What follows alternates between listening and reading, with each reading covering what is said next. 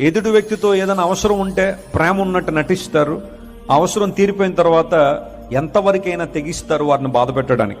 స్వార్థము, సంకుచిత స్వభావం పెరిగిపోతున్న ప్రపంచంలో మనం ఉన్నాం.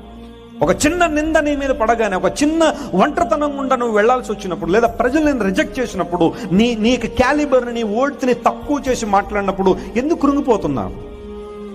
మనుషులు కాదు కదా నీకు విలువనిచ్చేది. ఈరోజు మనుషులు దండలేసి రేపొద్దు నిందలేస్తారు. అదేమన్నా ఆశ్చర్యపడే విషయమా? ఈ రోజు నిన్ను బాగా పొగిడిన వాడే, ఏదో అవసరం ఉందని నిన్ను పొగిడిన వాడే రేపొద్దు నిన్ను నడి రోడ్డు మీద తీసుకొచ్చి అవమానించే పరిస్థితులు రావా? వస్తాయి.